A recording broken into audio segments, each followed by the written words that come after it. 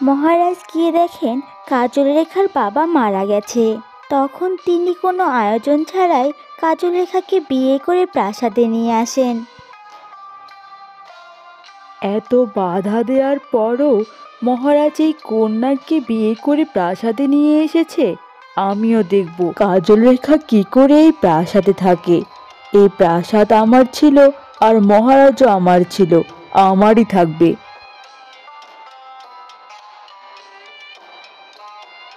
কাজলরেখা, কষ্ট পেও না। সদ্য তুমি তোমার বাবাকে হারিয়েছো, কিন্তু বিয়ে না করে এই প্রাসাদে তোমাকে রাখলে প্রজারা নানা রকম কথা বলতো। সময়ের সাথে সব ব্যথা মানিয়ে নিতে হয়, আর এটা আমার বাবার কাছ থেকে শিখেছি।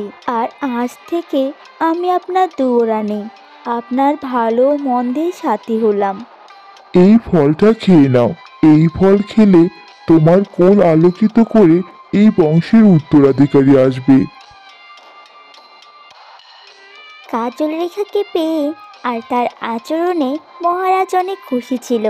আর কয়দিন পর জানা গেল মহারানী মা হতে চলেছে। রাজ্য হয়ে উঠল উৎসব মুখর। মহারাজ, শুধু দুয়োরানী নয়, মহারানীও মা হতে চলেছে। বাহ, এ তো বড্ড ভালো সংবাদ। মন্ত্রী, কে কোথায় আছো? যাও, দরিদ্রদের সাহায্য করো। আমার যে 2টি সন্তান আসতে চলেছে, আজ আমি অনেক খুশি। ঠিক আছে মহারাজ, আমি এক্ষুনি যাচ্ছি।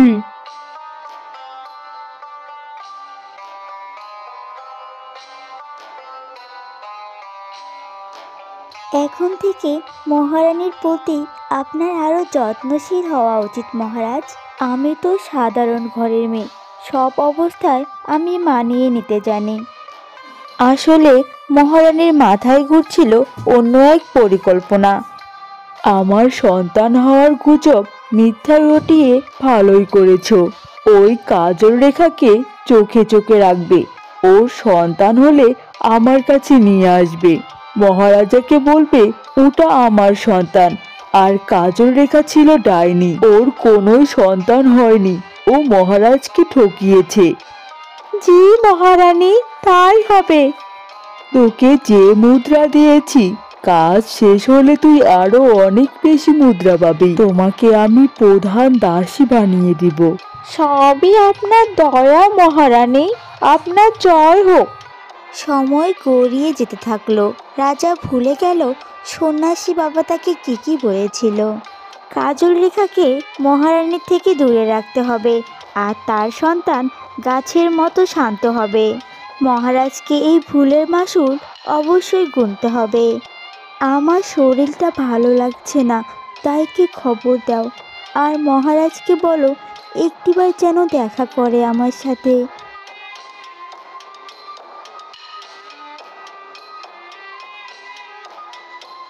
আর দাসী গিয়ে মহারানীকে ডেকে সব কিছু বলে দিল। মহারানী মিথ্যা মা হওয়ার অভিনয় করে রাজাকে তার চিন্তায় ব্যস্ত রাখল। ওদিকে কাজলরেখার কোলে জন্ম নিল ফুলের মতো ফুটফুটে 2টি মেয়ে সন্তান। এরপর কাজলরেখা জ্ঞান হারালো।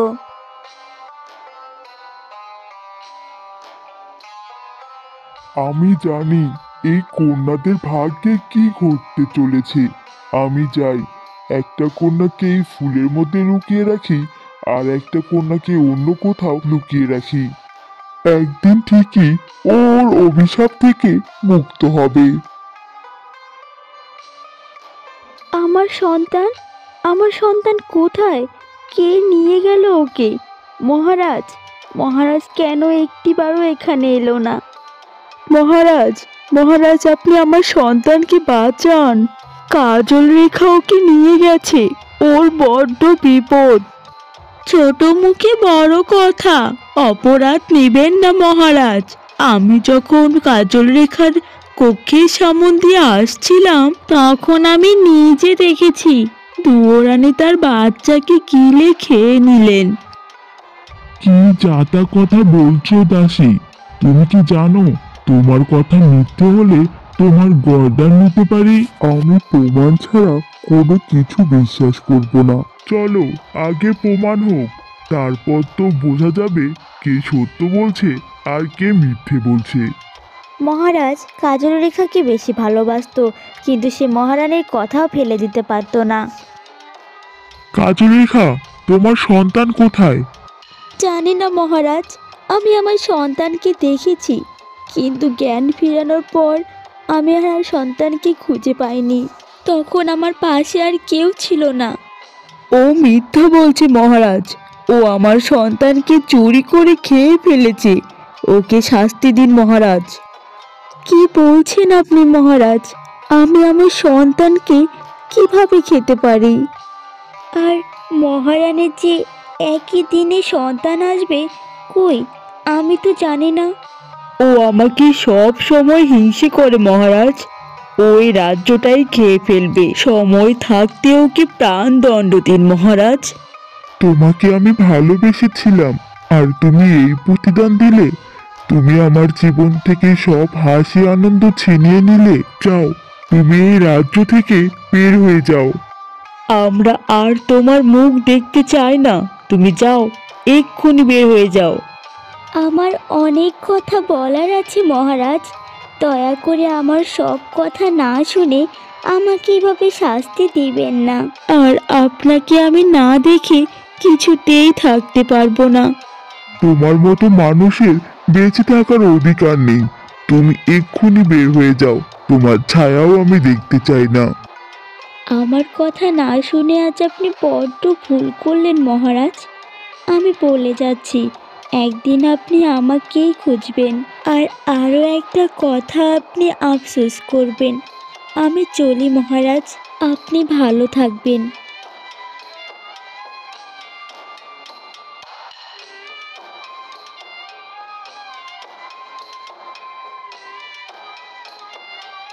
কাজলরেখার যাওয়ার কোনো জায়গা ছিল না, তাই সে বনের একটা ভাঙা কুঠিরে আশ্রয় নিল আর ভিক্ষা করে নিজের দিন পার করতে শুরু করলো। আমাকে কিছু দান করুন, আপনার ভালোই হবে। কাল থেকে কিছুই খাইনি, দিন না একটু খাবার। ওদিকে মহারাজেরও কাজলরেখাকে ছেড়ে রাজ্যের কোনো কাজে মন নেই। আমি এত বড় ভুল কি করে করলাম? ভুল মানুষকে কি করে বিশ্বাস করলাম? আমরা তো জানি না কে ভুল করে আর কে ঠিক করে। আমাদের কাছে তো কোনো প্রমাণ নেই। মহারাজ, এখনো সময় আছে। আপনি রাজকার্যে মন দিন। আপনার রাজ্যের প্রজারা ভালো নেই। আমার তো সবকিছু শেষ হয়ে গেছে। আমার জীবনে সবকিছু বিপন্ন হয়ে পড়ে আছে। তোমরা যা পারো তাই করো।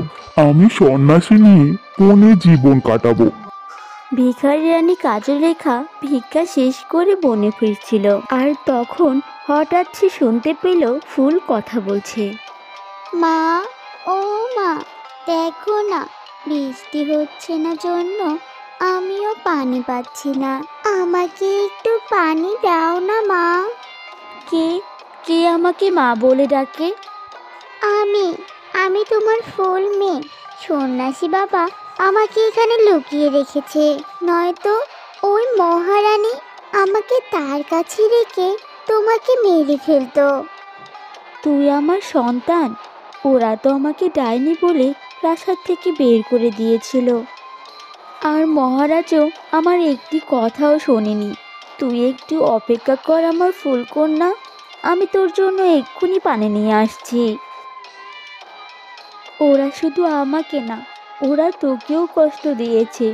আমি তো কিছুই চাইনি, আমি শুধু তোকে আর মহারাজকে নিয়ে একটু সুখে বাঁচতে চেয়েছিলাম। অথচ দেখ, আজ আমি রানী থেকেও ভিখারি, আর তুই রাজকন্যা হয়েও ফুলে বন্দি। কষ্ট পেও না মা, তোমাকে আর বেশি দিন কষ্ট পেতে হবে না। এটা আমার বাবার উপর সন্ন্যাসী দেয়া একটা অভিশাপ। তবে তুমি ভেবো না, যারা তোমাকে অকারণে কষ্ট দিয়েছে তাদেরকে আমি শাস্তি দিব, আর তোমার সামনে এই বনে এনে দাঁড় করাবো। কয়েকদিন পর অনাবৃষ্টিতে রাজ্যের সব ফুল শুকিয়ে গিয়েছিল। লক্ষ্মী ঘর ছাড়া হলে তো রাজ্যের এই অবস্থা হবেই। চারিদিকে অনেক খুঁজেও কেউ কোথাও কোনো ফুল পেল না। অবশেষে মন্ত্রী খুঁজতে খুঁজতে জঙ্গলে চলে এলো। আরে দুয়োরানি, আপনি এখানে? এই কি এই কি অবস্থা হয়েছে আপনার? আমি একটা বিশেষ কাজে এই বনে এসেছি। আপনার আঙিনার এই ফুলটা আমাকে নিয়ে যেতে হবে। বেশ, ফুল যদি যেতে চায় তাহলে ওকে নিয়ে যান। মন্ত্রী যখনই ফুলটি ধরতে যাবে তখনই ফুল কথা বলে উঠল। দাঁড়ান মন্ত্রী মশাই, আমাকে তুলতে হলে স্বয়ং মহারানীকে নিয়ে আসতে হবে। মন্ত্রী গিয়ে মহারানীকে সব বলতেই, আপনি কি নেশা করেন মন্ত্রী মশাই? ফুল কি কখনো কথা বলতে পারে? আপনি তো দেখি পাগল হয়ে গেছেন। বনের ওই ফুল ছাড়া আর কোথাও কোনো ফুল নেই। রাজ্যের মঙ্গলের জন্য আপনাকে সেখানে যেতেই হবে। আর কোনো উপায় না থাকায় মন্ত্রী চলল মহারানীকে নিয়ে। আর মহারানী ফুলে হাত বাড়াতেই ফুল বলল, যত চাও দেব ফুল, আগে আনো রাজাকে। ঠিক তখনই সেখানে রাজা আর সন্ন্যাসী বাবা চলে আসে। কাজল রেখা, তুমি এখানে? আমি বলেছিলাম না মহারাজ, ও একটা ডাইনি। ও একটা ডাইনি, সাথে জাদু করো। আর নয়তো ফুল কিভাবে কথা বলতে পারে? কি বলে সেই ফুল? তুমি আমার অভিশাপ আর আমার দেয়া কথাগুলো ভুলে গিয়েছিলে। তুমি প্রাসাদে কাজল রেখাকে মহারানীর সাথে রেখেছিলে। আমি বলেছিলাম তোমার সন্তান গাছের মতো শান্ত হবে। আমি মহারানীর সব চালাকি বুঝতে পেরে তোমার সন্তানকে এখানে লুকিয়ে রেখেছি। তোমার দুটো ফুটফুটে সন্তান হয়েছিল। আমি একজনকে এই ফুলের মধ্যে রেখেছি আর অন্যজনকে আমার এক ভক্তের কাছে রেখেছি। বাবা, ও বাবা, আমাকে একটু আদর করে ছুঁয়ে দাও না। আমি তোমার অপেক্ষায় এতদিন এখানে একা একা ছিলাম। আয় আয় আমার সোনা মেয়ে, আমার ফুল রাজকুমারী। আমি যে এতদিন এই বাবা ডাকটা শোনার জন্য অপেক্ষায় ছিলাম। মহারাজ ছুতেই ফুল তখন রাজকন্যা হয়ে গেল। ভিখারি রানী কাজল রেখার দুঃখ দূর হয়ে গেল। মহারানী এবং দাসীকে বন্দি করা হলো। রাজ্যে আবার সুখ ফিরে আসে। তো বন্ধুরা, ভিডিওটি কেমন লাগলো?